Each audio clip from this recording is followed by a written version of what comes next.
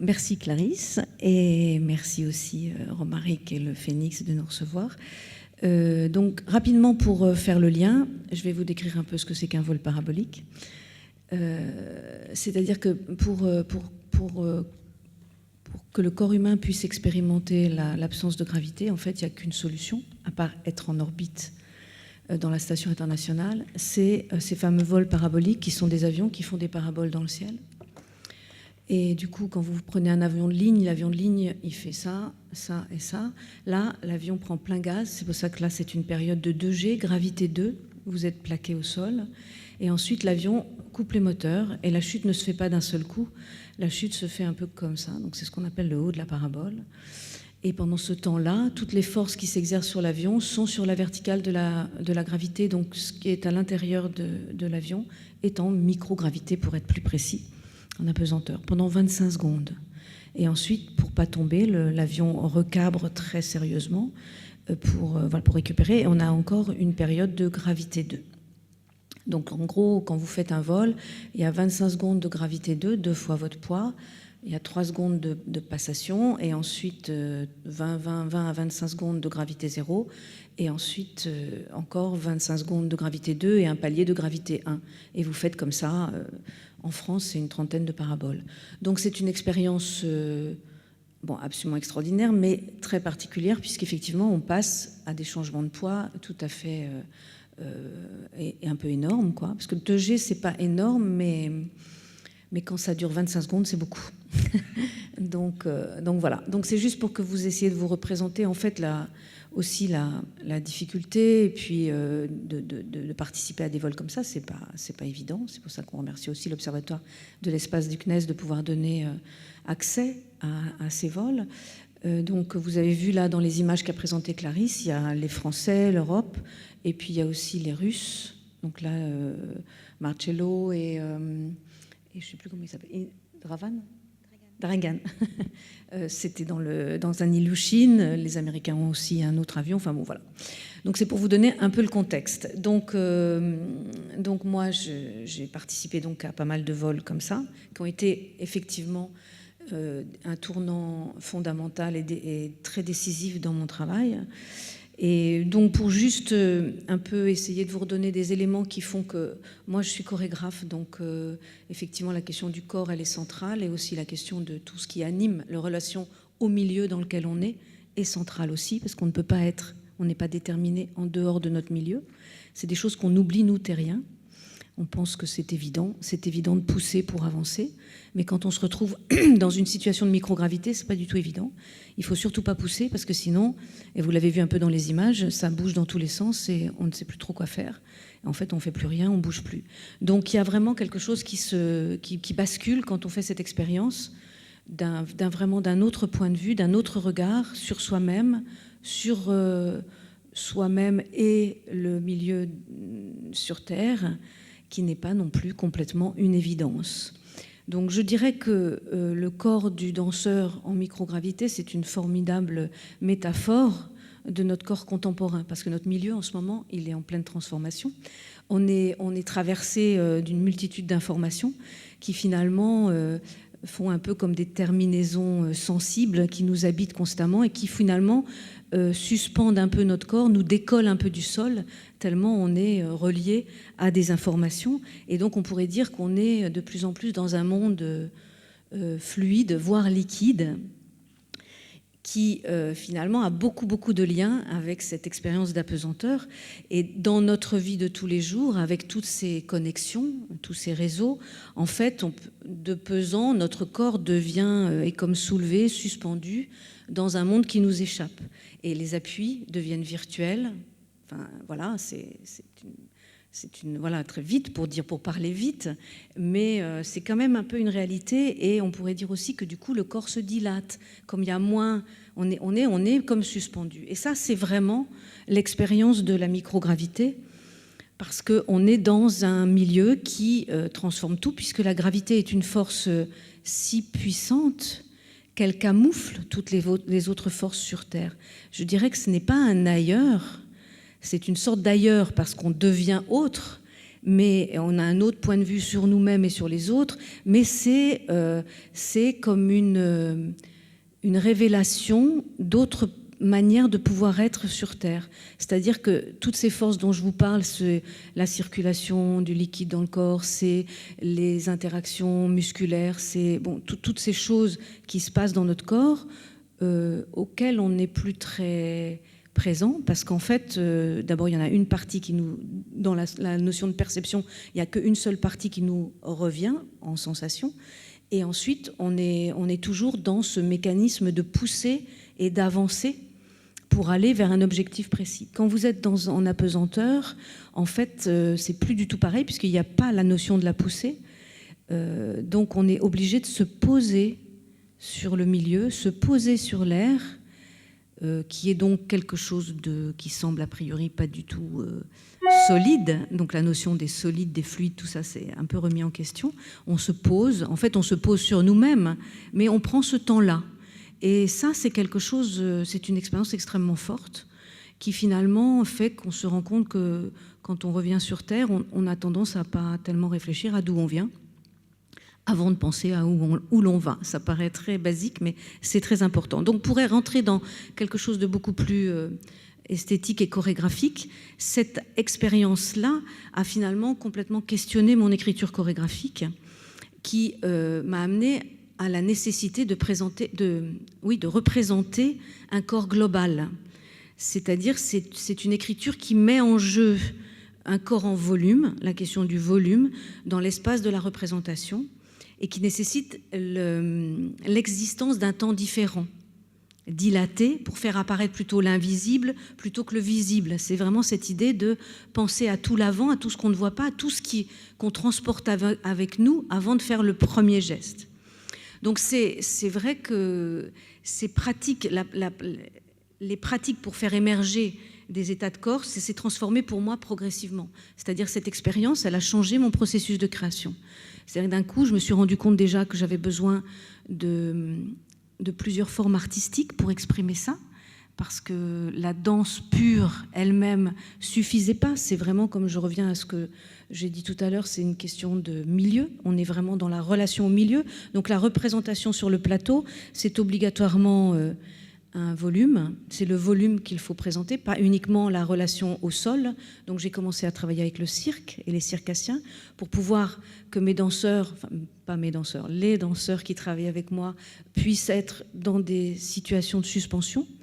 Et là aussi, c'est complètement différent. C'est pas la grecque qui m'intéresse, mais c'est le corps de l'interprète, de faire en sorte que le spectateur voit le corps et oublie la grecque, puisque finalement, c'est une forme de représentation de ce que pourrait être de voler, mais de fait, sur le plateau, on est toujours dans la gravité. Donc, il faut créer une sorte d'empathie entre le corps du spectateur et le corps de l'interprète qui est en suspension.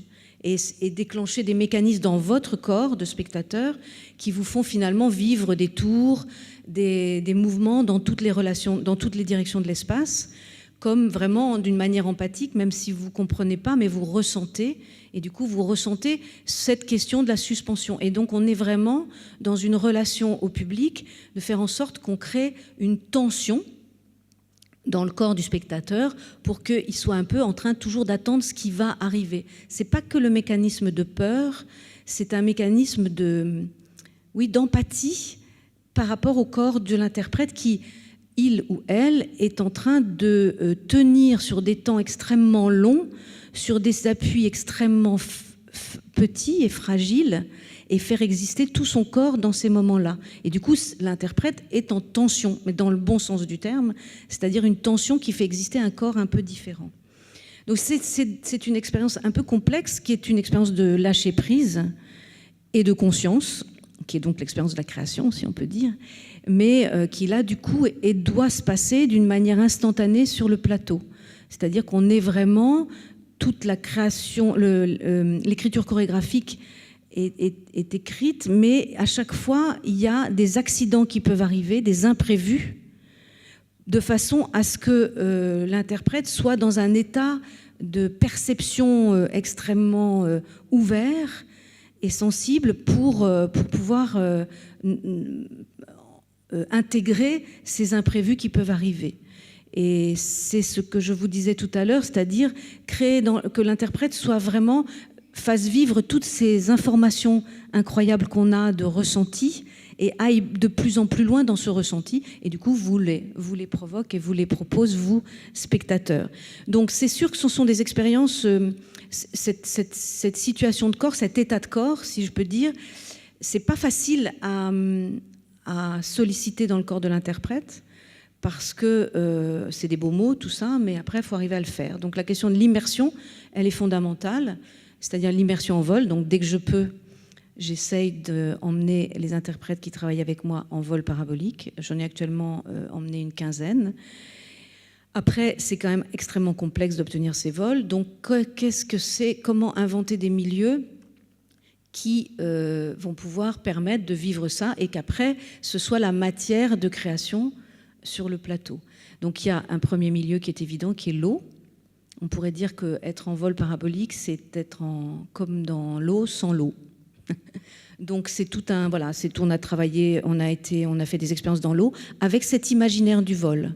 Donc ça, c'est vraiment important. Et il y a un autre milieu que j'ai fait exister, qui est le milieu des capteurs sensoriels. C'est-à-dire que si vous captez le corps du danseur avec des capteurs sensoriels, par exemple, on prend un capteur de flexion, il y a un capteur sur le coude, et en fait, quand on travaille avec le son, donc avec un compositeur, et quand vous faites un micro-mouvement, par exemple, si je suis ici, je fais un tout petit mouvement comme ça, j'ai pas vraiment de retour perceptif de changement d'appui, etc.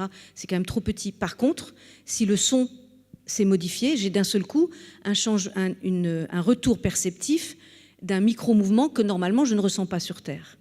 Et puis, moi, danseuse, je vais commencer à sentir les changements d'appui quand je suis à peu près à ce mouvement-là. Mais là, je ne sens pas grand-chose. Donc, en fait, on recrée des conditions de sensation, de perception, de micro-mouvements qui sont complètement explosants en apesanteur, qu'on reçoit un peu comme une bouffée d'informations absolument jouissive ou anxiogène, ça dépend comment on est, mais qui est quand même quelque chose d'extraordinaire. Donc je vais m'arrêter là et je vais vous présenter des images et je vais commenter un peu les sensations qu'on a en même temps que je vous présente les images.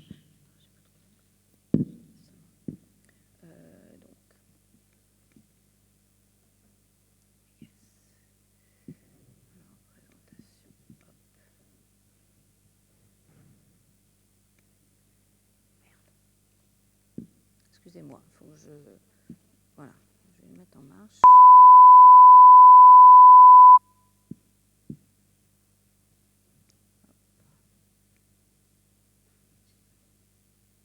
Pourquoi j'ai pas le truc pour le faire avancer?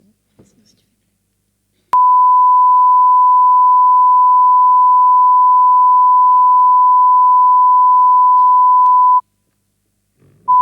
ça arrive.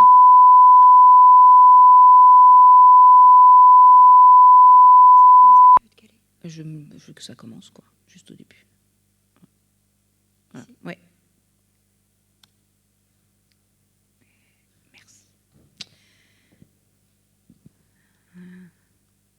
Et donc, il faut que je remette.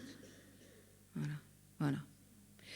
Donc, c'est les images des tout premiers vols que j'ai faits. Donc, c'était à l'époque, la France avait une Caravelle 0G. Maintenant, c'est un Airbus. Donc, on a un espace dans l'avion qui est un espace de 2 mètres sur 2.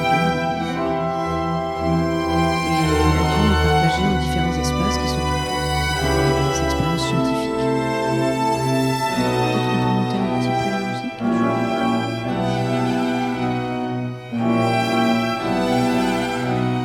Donc là, on revient avec le thème de Cabaret des curiosités. Entre les bonhommes rouges et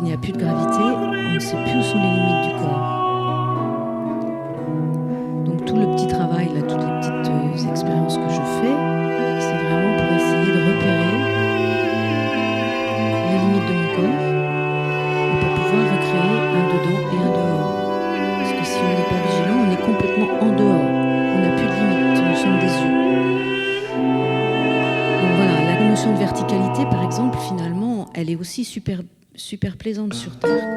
C'est pas mal, c'est une vraie référence. Là, on l'a plus. La chose incroyable aussi en apesanteur, c'est qu'il n'y a plus de chute. On ne risque plus de tomber. Ça change tout. Parce qu'en fait, dès que vous pliez les jambes ou dès que vous vous baissez, il y a toujours la peur de la chute qui intervient sur Terre. Là-haut, on ne tombe plus. Enfin, sauf en 2G.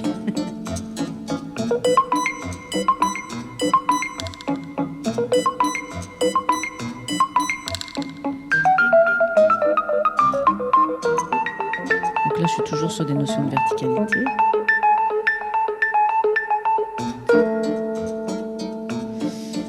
Les directions en apesanteur.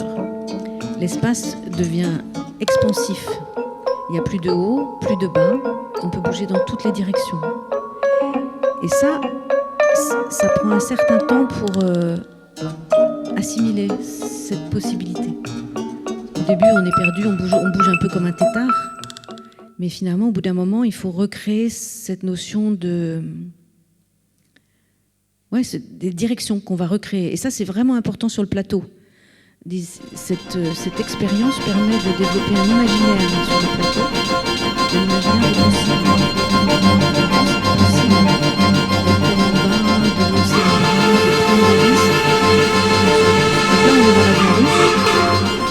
Que vous avez vu avec Marcello.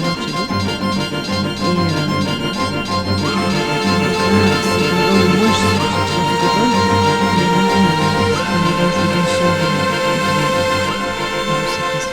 Et là, ils essayent de tenir droit.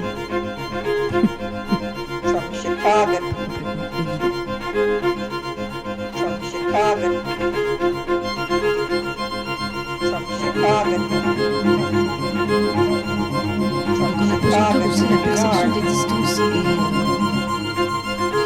complexe aussi parce que on disait on est l'environnement, on devient l'environnement.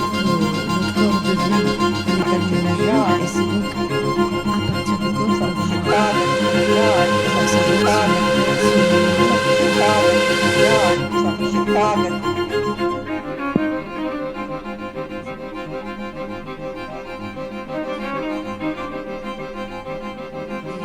la dernière chose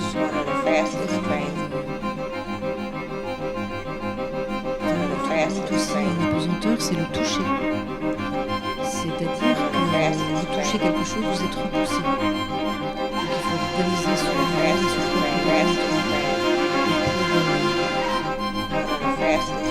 faire le lien avec le spectacle que nous présentons ce soir.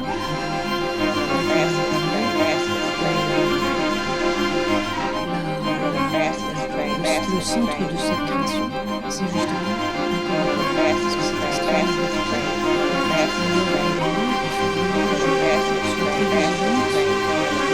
qui m'échappe. C'est complètement différent dans la relation à l'autre. La question de l'altérité se pose pas de la même façon. Donc là, la question plurielle, ce sont cette question de la complémentarité, dès qu'on touche quelqu'un, on envoie une information dans son corps, il faut que cette personne intègre, accepte cette information, la transforme et la renvoie à l'autre. C'est toute cette question de je vais finir mon intervention sur la question de l'image, parce qu'en fait, ce qui se pose, là je vous parle du spectacle, mais c'est quand même pas évident de parler d'un ailleurs, d'évoquer un ailleurs, c'est attirant pour le spectateur, mais ça peut très vite être très loin d'eux-mêmes, parce que c'est un peu personne n'a l'autre, à part peut-être le rêve de vol, s'il y en a qui ont fait des rêves de vol, ça ressemble vraiment. Mais bon, c'est pas tout le monde. Donc c'est toute la question de la représentation d'un ailleurs. C'est pas simple pour garder la pertinence. Donc là, l'image est fondamentale pour nous. Et là, vous avez un exemple. Donc en vol, on emmène les images, ça nous renvoie nos émotions, ça nous renvoie le souvenir de ce qu'on a fait. Mais c'est aussi petit à petit le témoin et la manière avec l'image de pouvoir raconter aussi un peu de toutes ces sensations dont je vous parle. C'est-à-dire par exemple là c'est un traitement d'image qui est en filaire et en fait ça évoque très clairement le lien constant qu'on a avec le milieu. Vous voyez des lignes absolument partout. Et c'est à la fois un traitement esthétique et quelque chose qui parle du sens même de cette expérience, qui est la relation au milieu, le fait qu'il faut arriver à se positionner dans le milieu dans lequel on est, à trouver sa place, à trouver un dedans, un dehors, une distance, des directions, un temps. Et voilà. Et donc l'image, c'est pour nous vraiment, et dans le spectacle que vous allez voir ce soir, la question de l'image, ça a été le troisième milieu dans lequel j'immerge les interprètes, c'est-à-dire on les a immergés dans l'image complètement, c'est-à-dire on les a filmés par tous les bouts, par en dessous, par au-dessus, au lent, au rapide et tout, pour que, en fait, elles se voient, mais elles se voient comme si elles se sentaient, et non pas elles se voient pour regarder ce que ça donne. Voilà, je vous remercie. Et je passe la parole à Nicolas.